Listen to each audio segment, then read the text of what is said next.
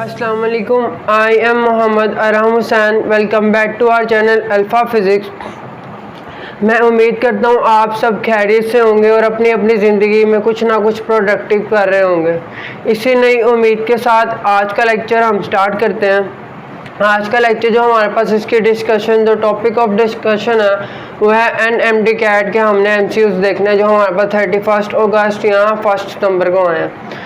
इसके ये जो मेरे पास फर्स्ट MCQs है ना बच्चों, हमारे पास chapter number 3 first year force and motion में से आया और उसका टॉपिक ऑफ इंटरेस्ट क्या था, वेलोसिटी टाइम ग्राफ। सबसे पहले बच्चों कूल डाउन हो गया, आपने MCQs की स्टेटमेंट को समझ लेना कि हमारे पास वो पूछना क्या चाह रहा है, उसने हमें दिया क्या।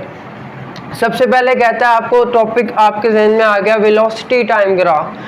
कहता है if velocity and time graph shape is parallel to y axis. कहता है मेरे पास वेलोसिटी एंड टाइम ग्राफ की जो शेप है ना वो पैरेलल है। अब आपको पता है इस पैरेलल को कैसे रिप्रेजेंट करते हैं, ऐसे भी रिप्रेजेंट करते हैं मैथमेटिकली। और हमारे पास अगर तो ये पैरेलल है तो एंगल क्या होगा बच्चों, theta is equal to 0 degree. Parallel किससे है बच्चों, ये इंपॉर्टेंट है। इधर ये हमारे पास बच्चों की पॉइंट है y एक्सिस और इसी से हमारे पास इस MCQs का आंसर वेरी करेगा। ठीक है, आपको पता है कि हमारे पास वेलोसिटी टाइम ग्राफ शेप हमें समझ आ गई, हमारे पास है पैरेलल, किससे पैरेलल, y एक्सिस से पैरेलल।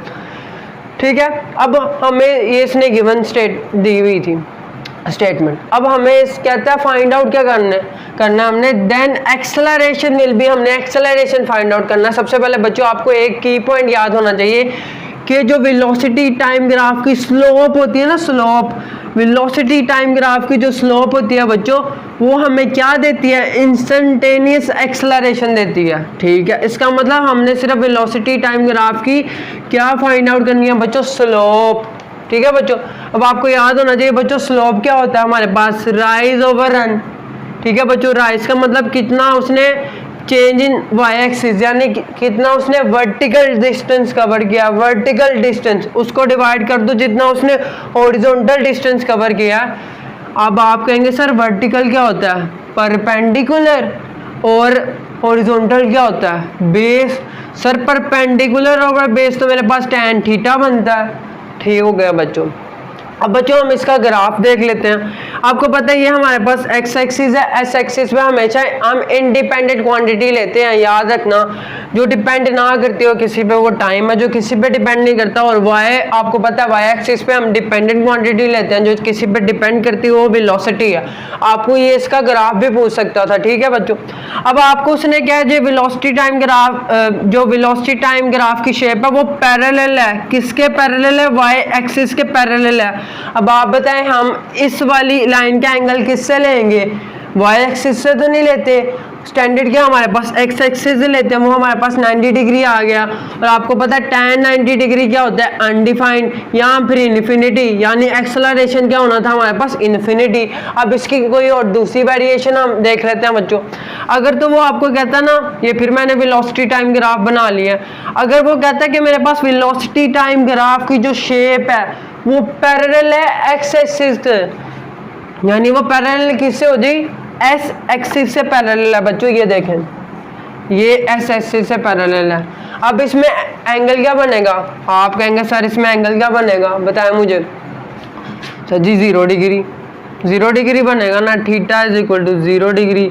और tan 0 डिग्री क्या होता है, 0। तो आपने बच्चों ये भी याद रख लेना, tan 0 डिग्री क्या होता है बच्चों, 0।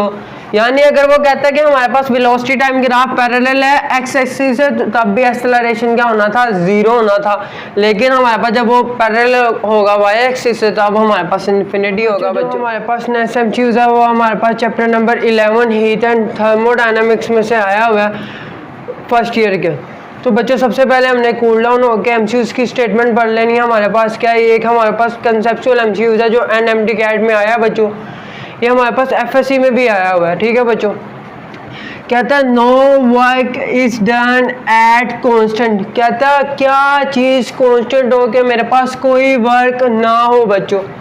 ठीक है, FSC में बच्चों ये कैसे आया था, ये स्टेटमेंट आई थी बच्चों पास पेपर में। कहता है work done in isochoric process, ठीक है, ये तो हमें समझ आएगी कि हमारे पास आइसोकोरिक प्रोसेस में कोई वर्क डन नहीं होता। आइसोकोरिक प्रोसेस एक ऐसा प्रोसेस है जिसमें कोई वर्क डन नहीं होता। अब आपने chapter number 11 heat and thermodynamics में सिर्फ 2 प्रोसेस पढ़े हैं, एडियाबैटिक प्रोसेस। एडियाबैटिक प्रोसेस क्या होता है सर? एडियाबैटिक प्रोसेस ऐसा प्रोसेस होता है जिसमें ना सिस्टम में हीट एंटर करती है और ना बच्चों लीव करती है, यानी delta Q is equal to 0। और बच्चों ये याद रखना, अगर पीवी सिर्फ कांस्टेंट होगा ना, सिर्फ पीवी कांस्टेंट होगा, पीवी ऊपर गैमा नहीं होगा, तो वो आइसोथर्मल प्रोसेस है। अगर ऊपर गैमा भी आ जाएगा, पीवी इंटू ऊपर गैमा आ जाएगा, वी की पावर गैमा आ जाएगी, अगर वो कांस्टेंट होगा तो ये एडियाबैटिक प्रोसेस होगा। ये एडिशनल इन्फॉर्मेशन मैंने बता दी है, ठीक है। आइसोथर्मल प्रोसेस तो आपने पढ़ा हुआ है, ऐसा प्रोसेस जो कांस्टेंट टेम्परेचर पे हो। लेकिन इधर इसने क्या, आइसोकोरिक प्रोसेस। हमें पता है आइसो का मतलब क्या होता है, सेम या कांस्टेंट बच्चों, और कोरिक का मतलब क्या होगा, वॉल्यूम। यानी आइसोकोरिक प्रोसेस एक ऐसा प्रोसेस है जो हमारे पास कांस्टेंट वॉल्यूम पे अकर करता है। अब हमें पता है कि बच्चों कांस्टेंट वॉल्यूम का मतलब क्या है, जो वॉल्यूम की फाइनल वैल्यू है वही वॉल्यूम की इनिशियल वैल्यू है, यानी Vf is equal to Vi। अब ये दोनों इक्वल हैं तो मैं क्या इनको V के इक्वल पुट कर सकता हूँ, बिल्कुल। अब डेल्टा V किसके बराबर होता है, final minus initial. Final value भी वॉल्यूम की V है, इनिशियल वैल्यू भी वॉल्यूम की V है, दोनों सेम में आपस में कैंसिल आउट होंगे, तो मेरे पास डेल्टा V क्या आ जाएगा बच्चों, 0। हमें पता है कि हमारे पास मैकेनिक्स में तो हमारे पास वर्क डन क्या होता है, फोर्स इनटू डिस्प्लेसमेंट। लेकिन हीट एंड थर्मोडायनामिक्स में वर्क डन क्या होता है, प्रेशर इनटू डेल्टा V, ठीक है बच्चों। यानी फोर्स की जगह क्या आ जाता है, प्रेशर, और डिस्प्लेसमेंट की जगह क्या आ जाता है, वॉल्यूम। सिंपल। हमें पता है डेल्टा V हमारे पास क्या है, 0। मैं इधर 0 पुट करूंगा, 0 जब P से मल्टीप्लाई होगा तो हमारे पास आंसर क्या आ जाएगा, 0 जूल्स। यानी कि बच्चों हमारे पास no work is done at constant volume बच्चों, ठीक है बच्चों। अगर हमारे पास आइंदा वाले NMD कैट में वो पूछ ले, मुझे बताएं work done in isobaric process, हमें पता है आइसो का मतलब कांस्टेंट और बारिक का मतलब प्रेशर बच्चों। तो बच्चों कांस्टेंट प्रेशर का क्या मतलब है बच्चों, कि force exerted by gas molecule क्या होगी, कांस्टेंट। जब जो फोर्स लगा रहे हैं gas molecule in the wall of container, वही कांस्टेंट हो जाएगी बच्चों। तो वर्क डन की क्या एक्सप्रेशन बनेगा, W is equal to P delta V। और याद रखना कि हमारे पास आइसोबारिक जो प्रोसेस है ना, उसमें मैक्सिमम वर्क होता है, ठीक है बच्चों। उसमें क्या होता है, मैक्सिमम वर्क ऑन करते हैं। ऐसे हम चीज़ हमारे पास chapter number 11 first year heat and thermodynamics में से आया है। सबसे पहले हमने कूल डाउन होकर एमसी उसकी स्टेटमेंट को अंडरस्टैंड करना है। सबसे पहले हमने ये देखना वो हमें फाइंड आउट करने के लिए क्या कह रहा है, और उसने हमें गिवन क्या दिया हुआ है, डाटा। ये एक न्यूमेरिकल बेस्ड एमसीक्यूज है हमारे पास बच्चों, बेसिक कंसेप्ट है इसमें। बस कहता है what will be the change in internal energy, यानी हमें पता चल गया, उसने हमें फाइंड आउट करने के लिए क्या कहा हुआ है बच्चों, चेंज इन इंटरनल एनर्जी। तो हमें पता है कि हमारे पास चेंज इन इंटरनल एनर्जी को बच्चों हम किससे रिप्रेजेंट करते हैं, डेल्टा यू से रिप्रेजेंट करते हैं। वो हमने बच्चों फाइंड आउट करनी है, मैंने लिख लिया। जैसे जैसे आप एमसी उसकी स्टेटमेंट पढ़ रहे हैं वैसे वैसे आपने अपना डाटा लिखते जाना है। ये नहीं पहले एमसी उसकी स्टेटमेंट पढ़ी, नहीं समझ आया, फिर दोबारा पढ़ी, नहीं समझ आया, फिर दोबारा, साथ साथ जो आपको चीज़ लगती है ना, ये वर्क दिया हुआ आपने वर्क डन लिख लिया इतना, ठीक है, साथ साथ आपने डाटा को अप्रोच करते जाना। अब आगे क्या कहता है, when work done by the system is 50 joule. मैंने लिख दिया work done by the system conventionally क्या होता है, कन्वेंशनली क्या होता है, positive. Work done by the system क्या होता है, पॉजिटिव। बस वो आपसे ये चेक करना चाह रहा था कि इसको कन्वेंशन आती है कि नहीं। Work done by the system क्या होता है, पॉजिटिव होता है, और वो उसने कितना दिया, 50 जूल। अब आगे उसने हमें क्या दिया हुआ है, an heat absorbed is 140 joule.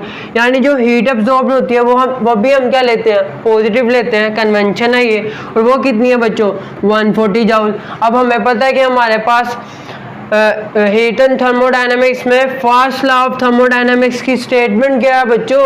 और ये याद रखना, जो हमारे पास फर्स्ट लॉ ऑफ थर्मोडायनामिक्स है ना, ये बेस करता है law of conversation of energy पे। ये भी हमारे पास एमसीक्यूज इंपॉर्टेंट है बच्चों, आपने याद रख लेना। तो हमें वो कहता है आप किसी भी सिस्टम को, किसी भी बॉडी को जितनी भी हीट दोगे उससे वो बच्चों दो काम करेगा। क्या क्या करेगा? यहाँ तो बच्चों वो वर्क डन करेगा जैसे मैं कर रहा हूँ या आप कर रहे हैं मेहनत, इसी तरह वो कहेगा यहाँ तो वो फिर अपनी इंटरनल एनर्जी को इंक्रीज करेगा बच्चों। तो ये मैंने इधर लिख दिया। अब उसने जो जो हमें डाटा दिया मैंने पुट कर दिया उसको, तो दोनों चीज़ें पॉजिटिव थी, मैंने पुट कर दिया बच्चों। हमने फाइंड आउट क्या करना है इस एक्सप्रेशन से, हमने डेल्टा यू फाइंड आउट करना है, तो मैंने सेपरेट लिख लिया। Delta U is equal to Q minus W. Q उसने 140 दिया था माइनस 50, तो मेरे पास डेल्टा यू क्या आ गया बच्चों 90 जाउल। क्या आ गया बच्चों 90 जाउल। अब बच्चों इसे हमारे पास फर्स्ट लॉ ऑफ थर्मोडायनेमिक्स से हमारे पास डिफरेंट एमसीक्यूज वो डिराइव कर सकता है। इसकी भी प्रोबेबिलिटी देख लेते हैं क्या। तो बच्चों सबसे पहले तो आपको जो हमारे पास एफएससी में एमसीक्यूज आया भी हुआ है, कंसेप्चुअल एमसीक्यूज है बच्चों। कहता है कि in adiabatic process first law of thermodynamics become, तो आपने याद रखना है एडियाबैटिक प्रोसेस में क्या होती है, चेंज इन हीट क्या होता है जीरो। अगर मैं इधर बच्चों जीरो पुट करूंगा इधर जीरो आ जाएगा, तो डेल्टा यू इधर आके माइनस हो जाएगा, W is equal to minus delta U. अब अगर मैं कह दूं first law of thermodynamics in isothermal process, आपको पता है आइसोथर्मल प्रोसेस में टेम्परेचर क्या रहता है कांस्टेंट। टेम्परेचर कांस्टेंट रहता है। टेम्परेचर किस पे डिपेंड करता है, इंटरनल एनर्जी पे, यानी इंटरनल एनर्जी भी हमारे पास कांस्टेंट। तो बच्चों मुझे बताएं तो चेंज इन इंटरनल एनर्जी क्या होगी जीरो, यानी first law of thermodynamics isothermal process में क्या बन जाता है बच्चों, Q is equal to W. मैं इधर लिख देता हूँ बच्चों, कहीं भी इसको इरेज करके लिख देता हूँ बच्चों। इन आइसोथर्मल प्रोसेस क्या होता, ये लो मैंने लिख दिया आइसोथर्मल प्रोसेस में वो क्या बन जाता है Q is equal to W, यानी मैं जितनी भी बॉडी को दूंगा वो उससे वर्क डन नहीं करेगा। अपने नेक्स्ट एमसीक्यूज की तरफ मूव ऑन करते हैं। नेक्स्ट एमसीक्यूज हमारे पास chapter number 3 first year force and motion में से आया हुआ है बच्चों। सबसे पहले हम अल्लाह ताला का नाम लेके इस एमसीक्यूज की स्टेटमेंट को आराम से अंडरस्टैंड करते हैं बच्चों। ये भी हमारे पास है न्यूमेरिकल बेस्ड एमसीक्यूज है बच्चों। जो जो उसने हमें प्रोवाइड किया हुआ है गिवन डाटा वो हम लिखते जाएंगे एट अ टाइम उसी टाइम, और जो उसने हमें फाइंड आउट करने के लिए क्या है वो हम eight the and finally find out कर लेंगे। सबसे पहले कहते हैं आपने ऑब्जर्वेशन करनी है कि आ बॉडी मूव फ्रॉम रेस्ट। सबसे पहले हमें पता चल गया बॉडी ने मूव करना स्टार्ट किया है रेस्ट पोजीशन से, यानी कि बच्चे इनिशियल वेलोसिटी को किससे रिप्रेजेंट करते हैं, वी से, क्योंकि उसने रेस्ट से स्टार्ट किया तो उसकी इनिशियल वेलोसिटी क्या होगी 0 मीटर पर सेकेंड। ठीक है बच्चों, मैंने साथ ही लिख दिया विद अ कांस्टेंट एक्सेलरेशन। बच्चों ये इधर का की पॉइंट है, विद ए कांस्टेंट एक्सेलरेशन का मतलब क्या, 2 मीटर पर सेकेंड स्क्वायर से वो ऐसे चलती जा रही है। 2 मीटर पर सेकेंड स्क्वायर, इधर इसने क्या दिया हुआ है 5 मीटर पर सेकेंड स्क्वायर बच्चों। ठीक है बच्चों, विद अ कांस्टेंट एक्सेलरेशन कितना उसने दिया हुआ 5 मीटर पर सेकेंड स्क्वायर। ठीक है बच्चों, इससे वो क्या कर रही है, बॉडी मूव कर रही है। कहता है दी अब आपने फाइंड आउट क्या करना है, the instantaneous speed at the end. कहता है एट द एंड उसकी इंस्टेंटेनियस स्पीड क्या होगी। सबसे पहले मैंने लिख दिया उसका कांस्टेंट एक्सेलरेशन है कितना, a is equal to 5 metre per second square बच्चों। फिर वो कहता है कि उसने टाइम कितना लिया, टाइम टेकन कितना है, t is equal to 10 second. ठीक है बच्चों, अब कहते हैं इंस्टेंटेनियस स्पीड क्या है, वह क्या है बच्चों, फाइनल वेलोसिटी है। उसने सिर्फ आपको कंफ्यूज करना चाहिए किसकी मदद से, कांस्टेंट एक्सेलरेशन। याद रखना बच्चों जब कभी कांस्टेंट एक्सेलरेशन होगा ना, जो इंस्टेंटेनियस स्पीड होती है वही हमारे पास क्या होती है, वही हमारे पास फाइनल वेलोसिटी होती है। फाइनल वेलोसिटी होती है वो हमने फाइंड आउट करनी है बच्चों। सिंपल इज दैट, समझ आ गई क्या क्या हमें दिया हुआ है। सबसे पहले इधर की पॉइंट था उसकी इनिशियल वेलोसिटी 0 थी, क्योंकि एक्सेलरेशन कांस्टेंट है, जो इंस्टेंटेनियस स्पीड है वही फाइनल वेलोसिटी है, और टाइम कितना लिया है 10 सेकंड। आपको पता है 3 इक्वेशन ऑफ मोशन है, आपने देखना है कि हमारे पास डाटा में हमें क्या दिया हुआ है, टाइम दिया हुआ है। आपको पता है third equation of motion 2as is equal to V F square minus V I square में टाइम का फैक्टर नहीं है तो हम वो यूज़ नहीं करेंगे।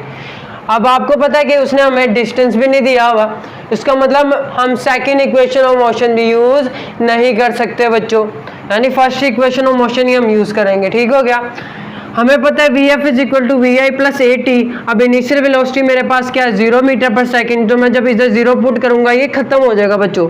ठीक है बच्चों, मेरे पास फाइनल वेलोसिटी क्या आ जाएगी a इंटू टी। सिर्फ मैंने क्या करना था बच्चों 5 को 10 से मल्टीप्लाई करना था, मेरे पास फाइनल वेलोसिटी आ जानी थी, जिसको उसने इस केस में क्या कहा इंस्टेंटेनियस स्पीड क्या है बच्चों, वो हमारे पास क्या आ जानी थी 50 मीटर पर सेकंड। ठीक है बच्चों, 5 इंटू 10। अब आपने बच्चों एक बात याद रखनी है, अगर वेलोसिटी कांस्टेंट होगी तो एक्सेलरेशन क्या होगा 0 होगा, क्योंकि एक्सेलरेशन क्या होता है the rate of change of velocity.